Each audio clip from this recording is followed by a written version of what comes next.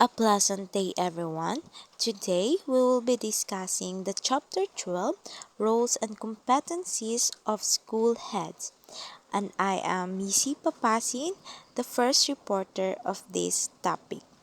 Our intended learning outcomes in this topic is at the end of this chapter, you should be able to discuss the competencies expected of school heads contained in competency frameworks for Philippines and for Southeast Asia. So, as per Chapter 1, Section 5E of RA 9155, the role of school head is both administrative and instructional. The primary function of a school head is to ensure that students' learning remains the top priority, while administrative leaderships involves tasks like securing resources and managing facilities. Instructional leadership is crucial as it directly impacts the quality of learning. So now let's move on to the competencies for school heads, the NCBSSH. In the list of competencies expected of school heads, there are competencies for both instructional leadership and administrative leadership. Competencies expected of school heads as contained in the National Competency Based Standards for School Heads or the NCBSSH issued in DepEd Order 32 Series of 2010 on April 16, 2010.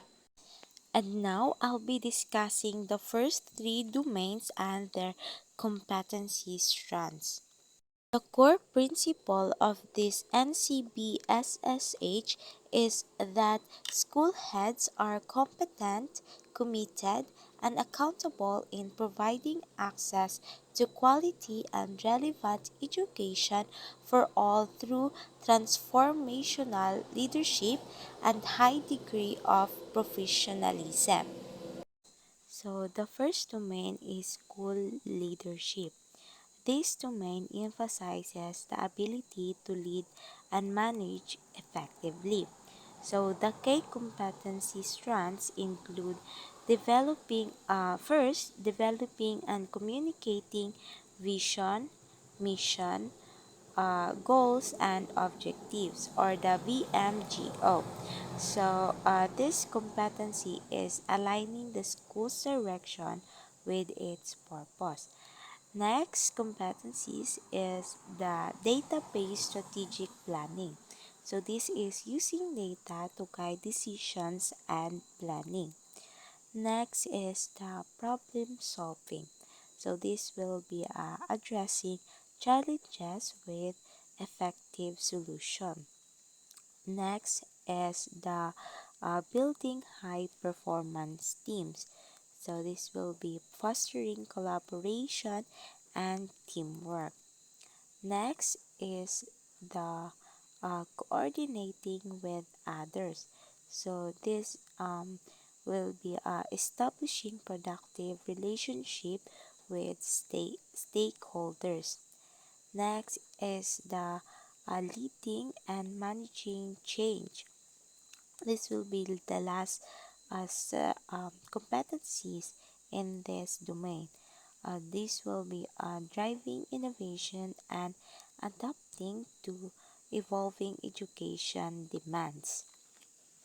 So the second domain is the instructional leadership. So this domain focuses on improving instruction and learning outcomes through first competencies is assessment for learning. So this will be utilizing assessments to enhance students' learning. Next is the developing and adapting programs. So this will be tailoring initiatives to meet educational needs. The next competency is the implementing program for instructional improvement. This will be executing strategies that enhance teaching quality. Next, and the last competency in this domain is the instructional supervision. This will be observing, monitoring, and coaching teachers for professional growth. So, the last domain that I will be discussing is the domain 3, creating a student centered learning climate.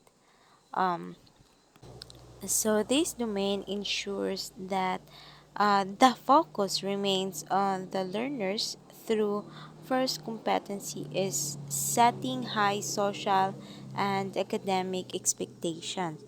So this competency is encouraging excellence and exclusivity. So the last competency of this domain is creating school environments focus on the needs of the learner.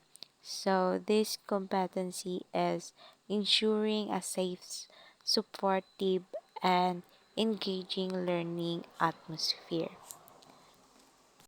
So the remaining domains and competency strands of NCBSSH will be discussed by the next reporter. Okay, so good afternoon everyone. So now let's continue our discussion about the domains. So however, before I proceed, let us keep in mind that these domains, kani siya nga mga domains is interconnected ni siya and it is actually mutually reinforcing. Kaya kani sila mag-contribute ni sila sa usa ka supportive o kanang high-performing na learning environment. That's why if ever na ikay ma-neglect isa sa kani nga mga domains is makahatag siya negative impact sa overall nga effectiveness sa maong school. Okay, so now let's proceed with the domain 4, human resource management and professional development.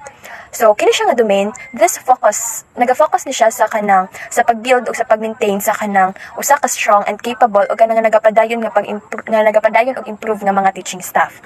So man siya diri sa 4A sa iyang competency strands is ang creating a professional learning community.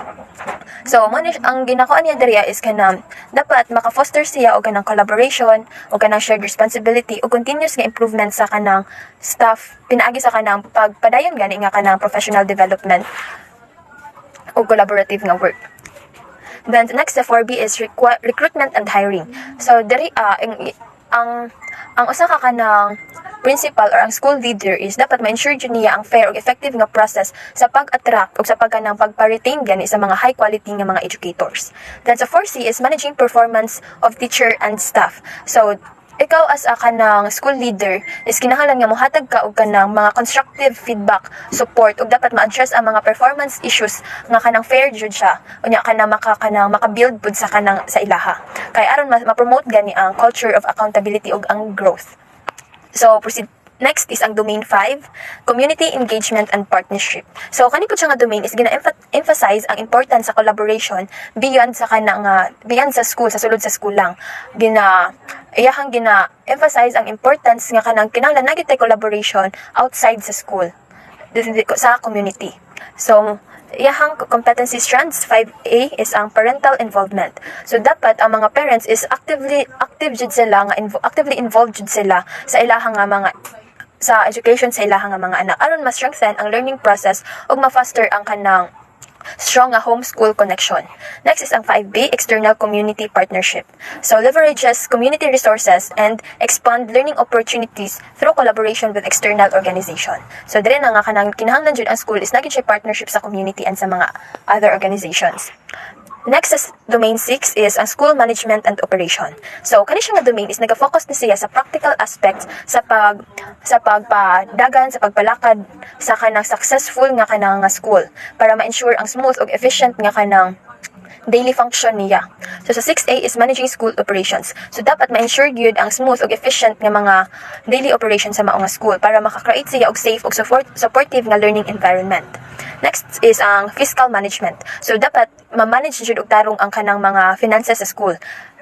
dili lang ka nang pasagdan gani nga wala na kabalong kung asa na nabutan adto ang fund or basin kanang ginakuhaan na day ang fund. So dapat kanang ma-maximize jud ang mga resources para masuportahan ang kanang pagskwela sa mga bata, ang learning sa mga bata. Dapat jud pud ma-align ang budget sa mao nga school goals. So next is use of technology in management of operation. So kinahanglan nga kanang since naga-evolve naman ta karon daghan naman kay tag mga technologies, high-tech naman kaayo, so dapat magamit pud ang mga technology para sa learning sa mga bata kay para ma-enhance ang efficiency ug ma-improve gyud pud. So lastly is ang domain 7, personal and professional attributes and interpersonal effectiveness. So kini siya nga domain is gina-highlights pud ang essential leadership nga mga qualities nga kinahanglanon sa para mahimong effective ang usa ka school leadership. So sa 7A ang professionalism. So ikaw as a kanang school leader, kinahanglan ma-model gini mo ma-promote ang kanang professional behavior sa imong mga staff ug sa imong mga student para makaset ka og kanang positive nga example gyud pud sa ilaha. Next is ang 7B communication. Kinahanglan ma-ensure jud nga ang communication nimo sa imong staff, sa imong student, sa mga stakeholders nimo is consistent, clear ug effective jud pud siya. Next is ang 7C interpersonal sensitivity. So kinahanglan ma-foster ang kanang strong relationship nimo sa imong mga stakeholders pinaagi sa trust, respect and inclusivity. Lastly is ang fairness, honesty, and integrity sa 7D. So, kinahanglan ikaw as a kanang school leader, ma-uphold nimo ang mga ethical standards aron ma-ensure nga naagyoy ka ng fairness ug equity sa tanan nga aspects sa school operation. So, the success of a school depends on the synergistic interplay of the 7 domains. So, if mo kantog effective nga school leadership, gina-require dyan niya ang balanced approach. Kinahanglan ma-address ang kadto nga kasi-klase nga mga domain para maka-create o kanang thriving nga learning environment para sa student o sa staff. So, as a member of the Association of Southeast Asian Nations, or ASEAN, let's also take a look at the competencies of school heads for Southeast Asia. So, here is Table 9 for the competency framework for the Southeast Asian school heads. So, domain, stakeholder engagement, or SE. So, first one, we have the promoting shared responsibility for school improvement. So, under this one is we have first the building trust and leading teams, communities for school improvement. Okay, so building trust. So trust is crucial for any group aiming to succeed.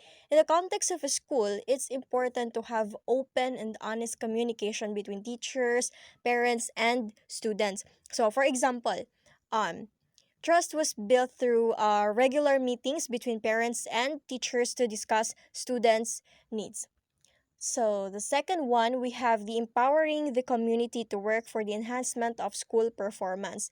So, empowering the community. So, every member of the community plays an important role in improving the school. So, parents, local business owners, and other community members can contribute their time, talents, or resources. So, for instance, a community organized a Brigada Eskwela to repair and beautify their local school. Okay, so building trust and empowering the community are essential for achieving successful changes and progress in schools here in our locality or in the Philippines. Okay?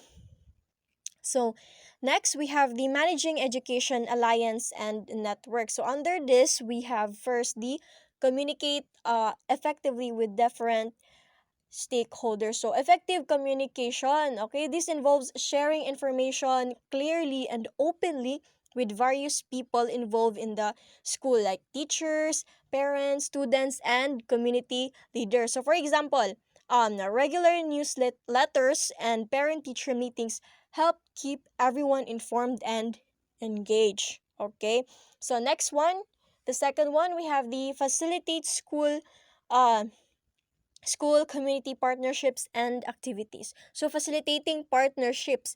So building strong relationship between the school and the community can help improve education. For instance, a school might partner with local businesses to provide students with internship opportunities or sponsor educational events. So, for example, kanang mga community service gani na wherein ang school and community kay nag collaborate sila.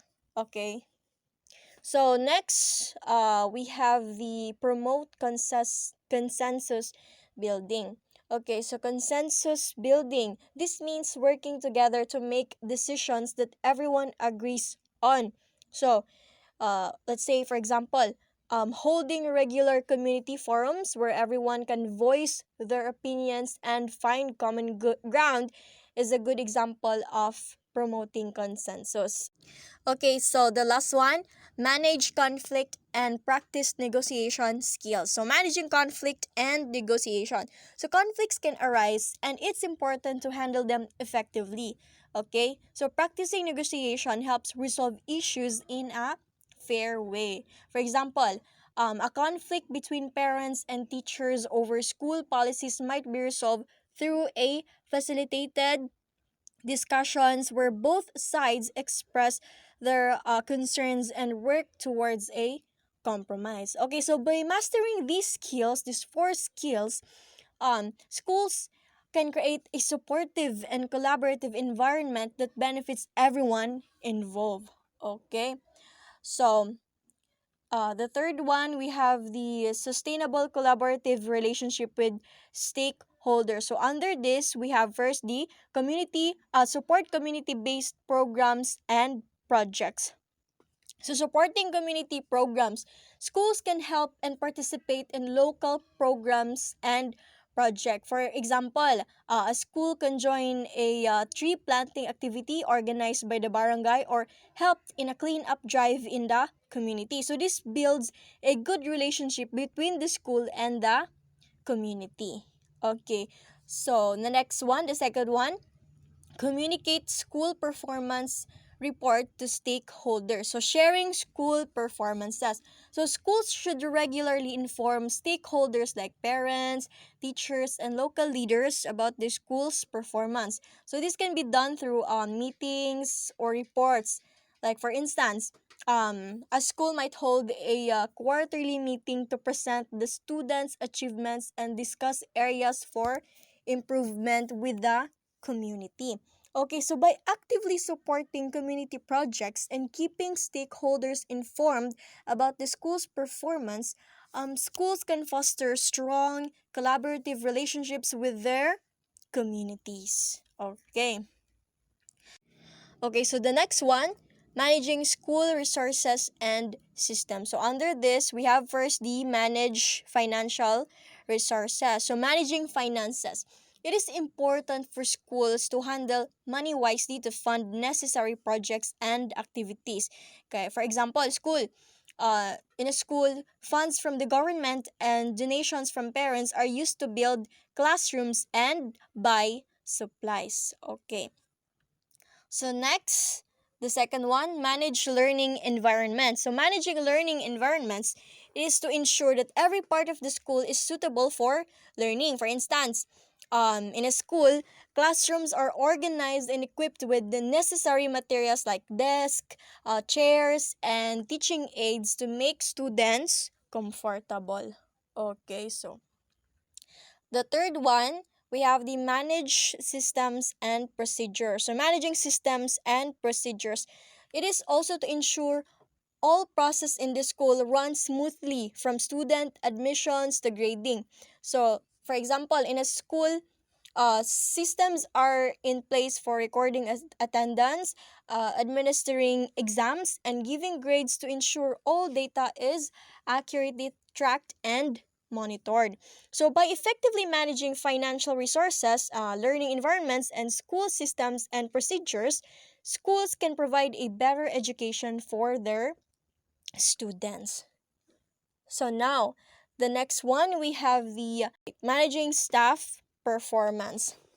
So under this, first we have the manage school personnel requirements. So managing personnel needs.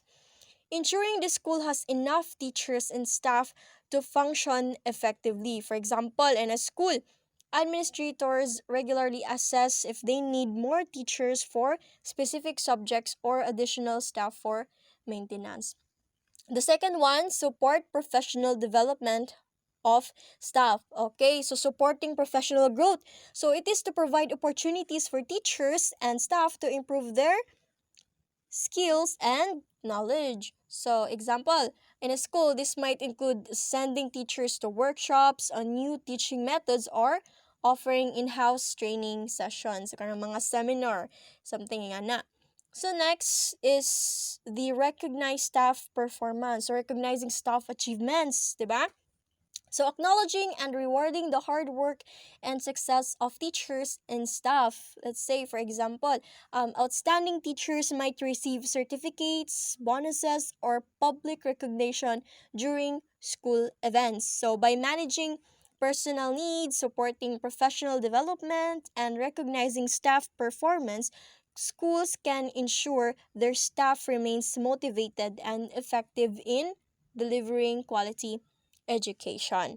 Okay, so now for the last one, the managing sustainable school programs and projects. Under this, we have first the demonstrate program and project management skills. So showcase management skills. So this involves effectively planning, organizing, and overseeing school programs and projects to ensure they are successful. For example, a principal might manage a project to create a new library, ensuring that the budget is followed, resources are allocated properly, and the timeline is met. Okay. So that's how you showcase your management skills. So the next one, the second one, promotes school-based programs and projects that support sustainable development. So support sustainable development. Schools can develop and promote programs that contribute to sustainability. For instance, in a school, okay, so students might participate in a recycling program or a garden project that teaches them about sustainable practices and helps reduce waste. So that's how we support sustainable development. And okay, so by demonstrating strong management skills and supporting sustainable initiatives, schools can create a positive impact on both educational and the environment. So this is the competency framework for the Southeast Asian school heads, okay, which is under the domain stakeholder engagement. Okay, so that's all for my report. Thank you.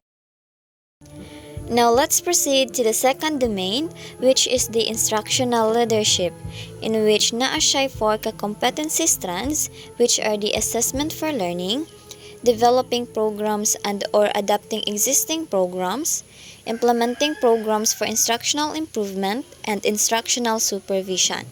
Now let's move on to the first one, which is the assessment for learning. The Assessment for Learning, or AFL class, it is a teaching method that helps students understand their progress and improve. Like for example, si teacher maghatag og short quiz at the end of the lesson to see what student understood and then review any topics that were confusing.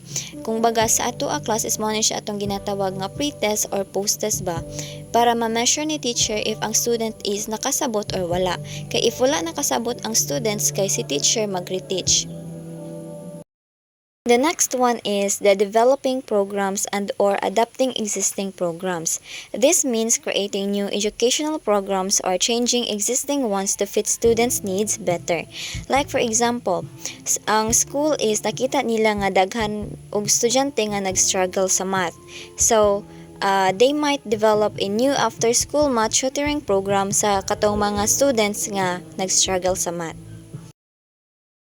The next is implementing programs for instructional improvement.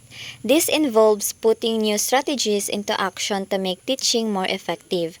If paminaw ni teacher class is dili effective ang iyang strategies nga gigamit, pwede siya or dapat magkuna-una siya og laing strategies para sa iyang next discussion nga kanang ang attention sa bata or ang interes sa bata is naa sa iyaha perme. Like for example, ani is si teacher might start using technology in the classroom like TV or any educational apps to engage students and enhance their learning experience, which is isa ni siya sa kanang common nga ginagamit sa mga teachers karon sa ilahang mga estudyante.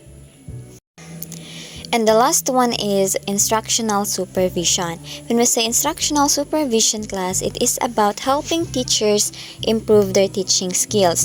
Like for example, ani class is, let's say si principal, mag-visit siya regularly sa mga classrooms to observe lessons and then mag-create siya og meeting with teachers to discuss what went well and what could be improved based sa iyahang naobserbaran sa iyang pag-visit regularly sa mga classrooms para ang mga teacher is aware sila kung unsa ang ilahang lackings and aware pud sila kung unsa ang need nila nga i-improve.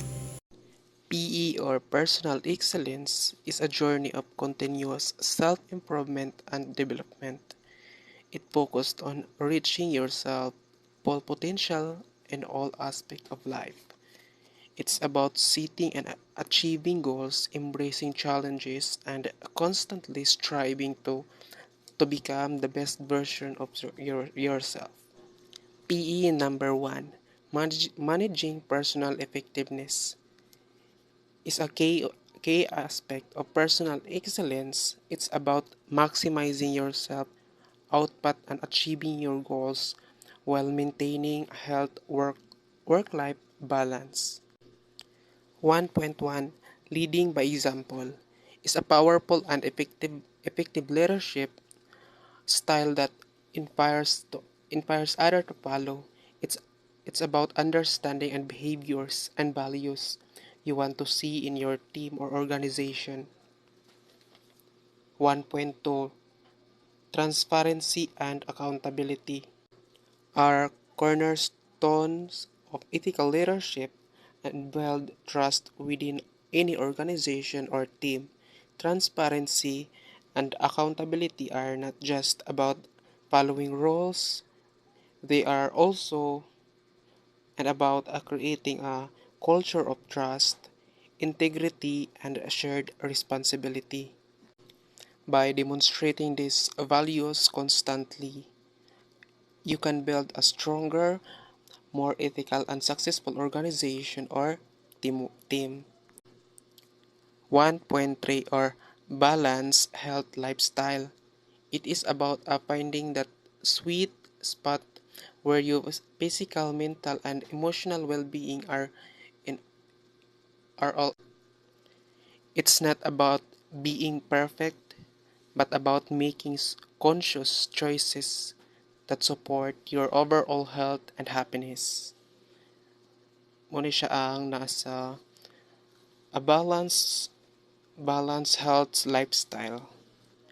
1.4 or taking pride in one's profession.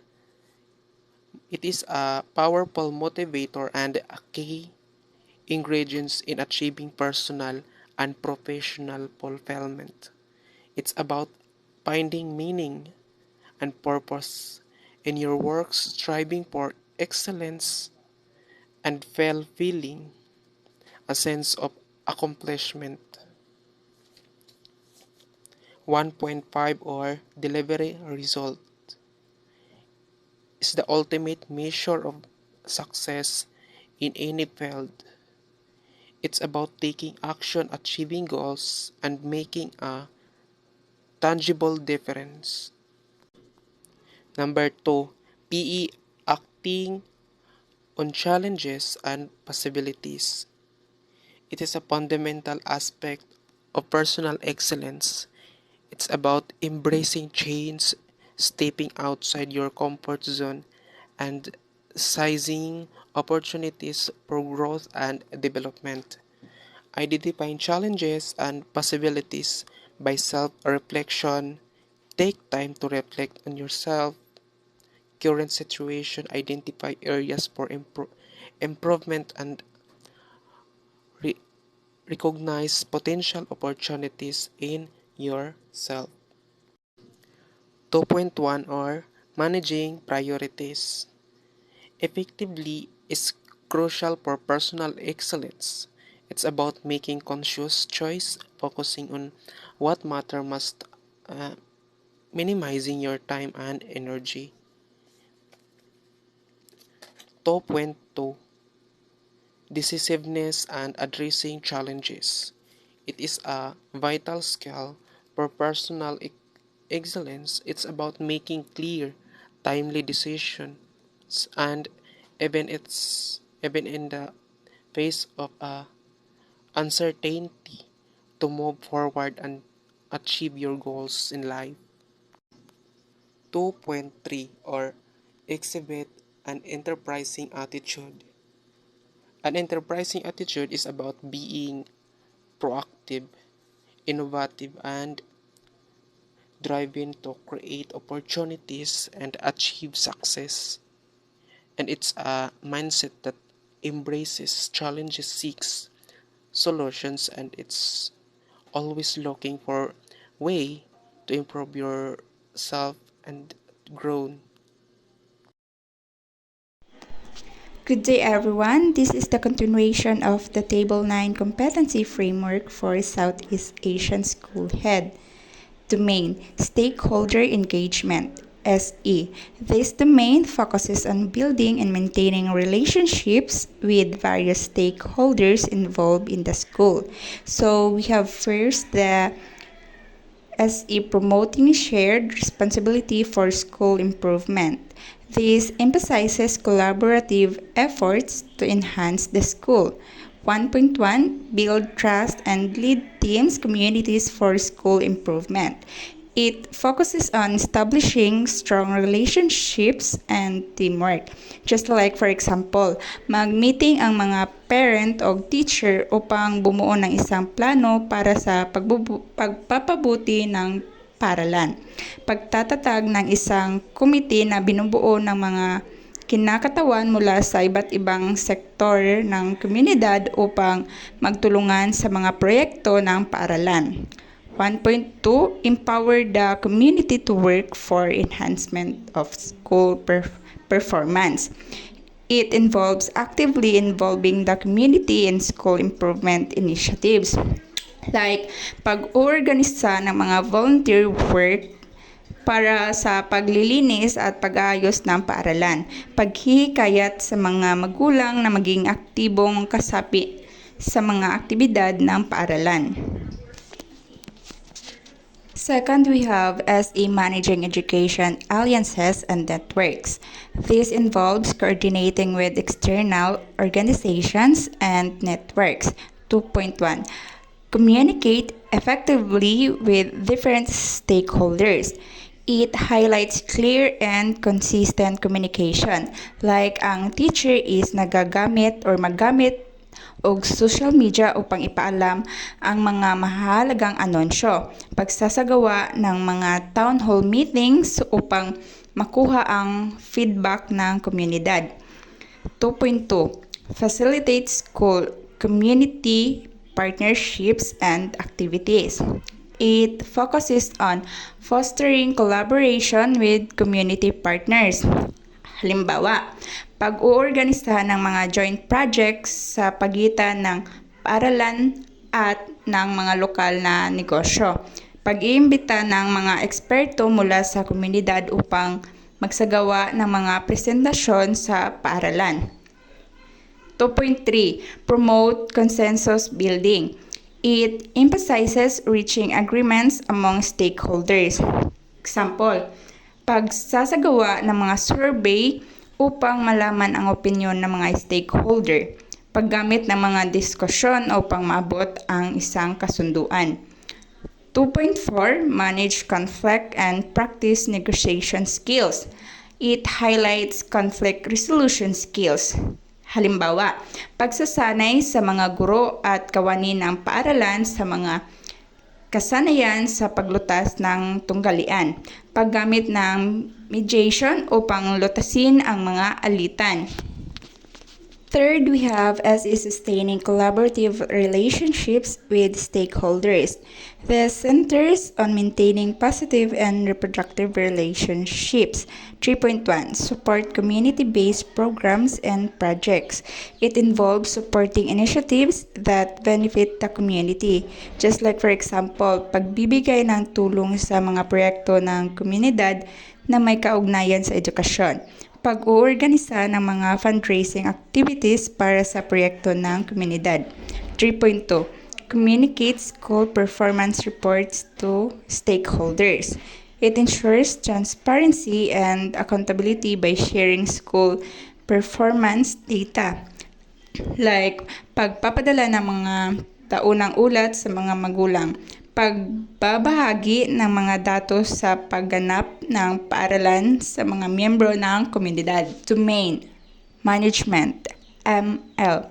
This domain focuses on the efficient management of school resources and personnel. 4. ML Managing School Resources and Systems. This involves overseeing the financial and operational aspects of the school. 1.1 Manage Financial Resources. It focuses on responsible budgeting and financial management. Halimbawa, pagbuo ng isang budget, pagsubaybay sa mga gastusin, pag-iingat ng mga talaan ng pananalapi. 1.2 Manage learning environments. It involves creating conducive learning spaces. Halimbawa, pagtiyak na ang mga silid-aralan ay malinis at maayos. Pagbibigay ng mga kagamitan at teknolohiya na kailangan ng mga mag-aaral. 1.3 Manage systems and procedures. It focuses on efficient administrative processes like pag-implementa ng mga bagong sistema ng pag-record ng mga datos, pagpapabuti ng mga proseso ng paaralan. 5. ML Managing Staff Performance. This involves overseeing staff performance and professional development. 2.1 Manage School Personnel Requirements. It involves hiring and managing staff effectively. Halimbawa, pagkuha ng mga bagong guro, pag-aayos ng mga schedule ng mga kawani. 2.2 Support Professional Development of Staff. It focuses on providing opportunities for staff growth, just like pagbibigay ng mga oportunidad para sa pagsasanay at pag-aaral, pag-aayos ng mga seminar at workshop para sa mga guro at kawani. 2.3 Recognize staff performance. It emphasizes acknowledging and rewarding good work. Halimbawa, pagbibigay ng mga parangal sa mga guro at kawani na may magandang pagganap. Pagbibigay ng mga insentibo. Last, we have 6. ML Managing Sustainable School Programs and Projects. This involves overseeing initiatives that promote long-term sustainability. 3.1 Demonstrate program and project management skills. It highlights effective project management capabilities. Halimbawa nito, paggamit ng mga project management tools, pagsubaybay sa progreso ng mga proyekto, pag-uulat sa mga resulta. 3.2 Promote school-based programs and projects that support sustainable development. It focuses on environmentally and socially responsible initiatives. Halimbawa, pag-iimplementa ng mga programa sa pagtitipid ng enerhiya, pagtataguyod ng mga programa sa pangangalaga sa kapaligiran. In summary, it provides a comprehensive overview of responsibilities divided into stakeholder engagement and management, emphasizing collaboration, effective communication, and sustainable practices within the school and environment. Good afternoon, everyone. I am Angelo Rosibas and I'm going to report today the instructional and administrative leadership. Instructional leadership. Like the NCBSSH for Philippines, the competency framework for Southeast Asian school heads also include domains for instructional leaderships and administrative leaderships. Like sa NCBSSH, sa Pilipinas is ang Southeast Asian School Head Studies na siya mga domains ang instructional o ang administrative leadership. These are the domain on instructional leaderships encompasses 4 competencies. First, leading curriculum implementations and improvement. First, the leadership of school heads is siya gid na ang mag-lead sa nga para ma-implement ang curriculum ug nagid siya improvement pod ang pag-implement sa isa ka curriculum. Then ang number two is creating a learner-centered environment. Dapat ang school head is i-promote gid niya nga mas centered gyud ang mga student, mas mahatagan og safe environment ang mga student. Ang ikatulo is supervising and evaluating teachers' performance. Sa school head sad as a leadership school head gina-evaluate gina nimo, gina-supervise gina nimo yung mga teachers if effective pa ba ilang pagtudlo, if nakatudlo pa ba na sila, imo gud na silang gina-survey. Then ang last is delivering planned learning outcomes. Diri nimo gina-introduce ang imong plano in the end of the school year kung unsay mga learning outcomes nga mahitabo. Diri nimo ginakuan imong mga gina-engage nimo sa imong mga teacher kung unsay mga plano nga dapat buhaton para unsay mga ma-learn sa mga student in the end of the school year, kung nabagid sila ma-learn ana para dapat og naagid dapat sila ma-learn. Administrative leadership. This includes strategic thinking and innovations, domain stakeholders engagement, and domain 4 and managerial leadership domain. Ang administrative leadership is nakapaloob diri ang pagiging strategic thinking sa usa ka leader, isa ka school head, ug ang pagiging innovation nga school head. And then stakeholder engagement, dapat ang isa ka leader diri po nakapaloob ang isa ka leadership nga dapat na siya engagement sa iyang mga stakeholders, mga staff or iyang mga teachers nga dapat nagit kay kanang pagiging engaged sa ilaha, dili lang kay magsulo-solo lang kasi imong mga plano, kundi pinaagi sa imong pag-engage sa ilaha para mas makakuha pa pug kag mga other ideas. And managerial leadership, dili nakapaloob kung giunsa nimo pag-manage ang imong mga stakeholders, imong mga staff or imong mga teachers, giunsa nimo sila pag-manage, dapat kanang naagid kay kanang pakikitungo sa ilaha nga nindot sad para mas maganahan pud sila sa imuha. And dapat sad kung usa ka leader, dapat nagit kay personal excellence, dapat mo excel gid ka sa imong kaugalingon, dili lang kay magpabilin ka ni ana, magpabilin gyapon ka sa imong kanang naandan, kundi dapat maging excel pug ka, mutubo pug ka nga as a leader. Then ang every leader na gyud na siya ay lahi-lahi nga effectiveness sa iyahang kaugalingon, lahi-lahi man gyud tag capacity, lahi-lahi man tag skills as a leader, lahi-lahi man ta kung saan na to pag-manage ang atong mga stakeholders, lahi man tag managerial nga tao, lahi man tag improvement. Then lastly, atong pagka-leader, we all know nga dili man gyud ta mahimo nga perfect diretso na moagi pa man gyud ta anag step by step. Diha nato mapakuan nato nga nagid tay development sa atong kaugalingon ug natay improvement sa atong kaugalingon. That's all. Thank you. So, hi everyone, good evening. I am the last reporter of School Heads and the Community. So, create and manage a school process to ensure student progress is conveyed to student and parents, guardians, and regularly or domain 2C. So when we say domain 2C is a tracking student progress. So the school has a system in place to regularly update students and parents about how they are doing their studies.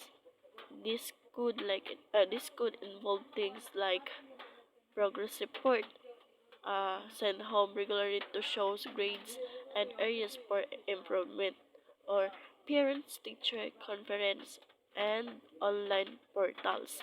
So second is recognize high performing learners and teachers and supportive parents and other stakeholders, or domain 3A, recognizing excellence.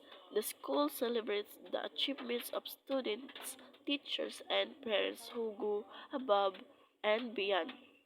This could like uh, look this could look like award ceremonies, public recognition, and student demand. So,